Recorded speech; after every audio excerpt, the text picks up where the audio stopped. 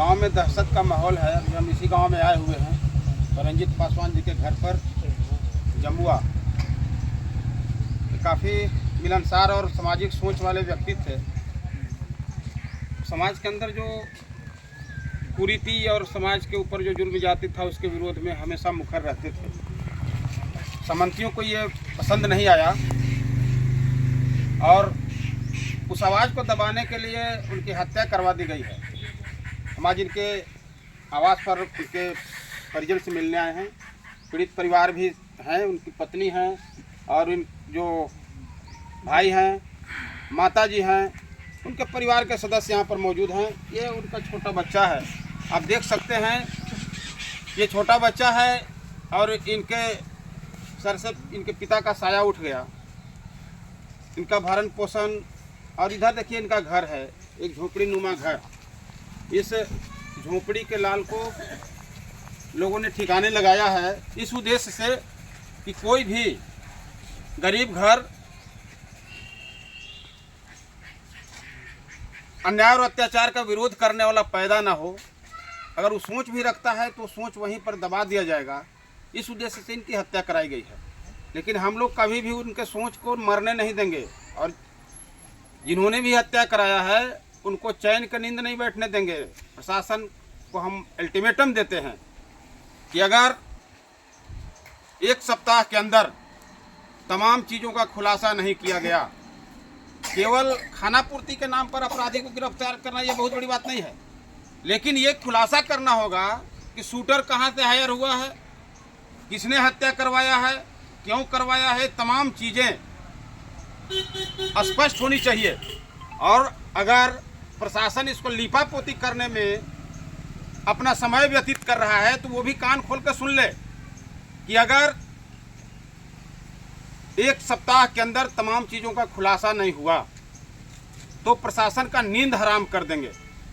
और ये जाहिर सी बात है कि यहाँ पर काफ़ी ये खाई बना हुआ है। गरीब घर जो भी पैदा लेता है, जो भी सामंती सोच का विरोध करता है, उनकी हत्या करा दी जाती है। अभी आप देखे होंगे इसी जिले में इसी माह के अंदर 3 हत्या हो गया। एक औरंगाबाद में सरेआम गाड़ी चढ़ा करके नाबालिग लड़की का हत्या कर दिया गया।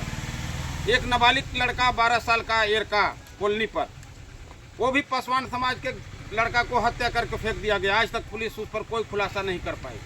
आज तक कोई खुलासा नहीं हुआ। लीपापोती करके उस मामले को रफा दफा कर दिया। लेकिन हम लोग कभी शांत बैठने वाले नहीं हैं। मैं अपने आज लाइव के माध्यम से तमाम लोगों को ये बताना चाहता हूँ, कोई भी व्यक्ति अगर किसी गरीब को दबाना चाहेगा तो मैं भरोसा दिलाता हूँ कि उस आवाज़ को मैं दबने नहीं दूंगा। इसके लिए चाहे जितना भी संघर्ष करना पड़े और मैं न्याय का डंका बजा दूंगा। संघर्ष करके अपराधियों को जेल के सलाख तक जब तक मैं नहीं भिजवाऊंगा चैन से नहीं बैठूंगा। मैं खुलेआम आपके बीच में अपने लाइव के माध्यम से आप सबों को मैं कहना चाहता हूं कि इस अन्याय और अत्याचार के विरोध में हुंकार भर के खड़ा हों और अन्याय और अताताई को विस्तृत रूप से जवाब देने की आवश्यकता है, ताकि आने वाले भविष्य में कोई भी किसी पर अत्याचार करने का जुर्रत ना कर सके। ये केवल गरीबों के आवाज़ को दबाने का साजिश है। और मैं जनप्रतिनिधि से भी ये बात कहना चाहूँगा कि आप लोग अपने सदन के माध्यम से इस आवाज़ को बुलंद करिए, सरकार को भी सचेष्ट करिए कि सरकार इस मामले पर संज्ञान ले। और जो विधि व्यवस्था का सवाल जहाँ तक है तो औरंगाबाद में विधि व्यवस्था बिल्कुल ही लच्चर हो गया है। औरंगाबाद की स्थिति इतनी भयावह है कि हमें लगता है कि दिन दहाड़े अपराधी खुलेआम हत्या करके और छुट्टे घूम रहे हैं, उन पर कोई अंकुश नहीं है। तो मैं प्रशासन को भी ये बात कहना चाहूँगा और सरकार का भी ध्यान आकृष्ट कराना चाहूँगा कि आप विधि व्यवस्था को बिल्कुल दुरुस्त करें और अपराधियों को जल्द से जल्द गिरफ्तार करके और सलाखों के पीछे भेजें और पीड़ित परिवार को न्याय दिलाने का काम करें।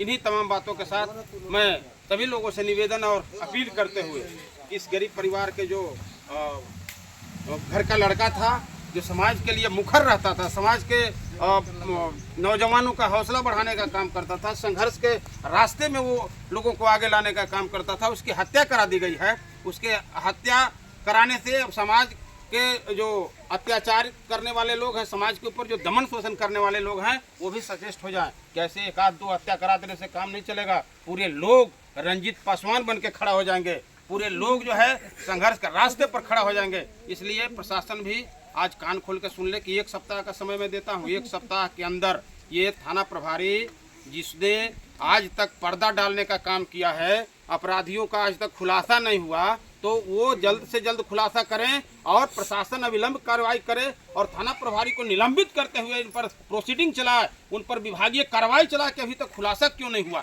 2 लोगों को ले जाकर के और सलाखों के पीछे डाल दिए आप, लेकिन आप खुलासा किए कि शूटर कहाँ का था, किसने मारा, कैसे मारा, क्यों मारा, ये तमाम चीज़ों का खुलासा होना चाहिए।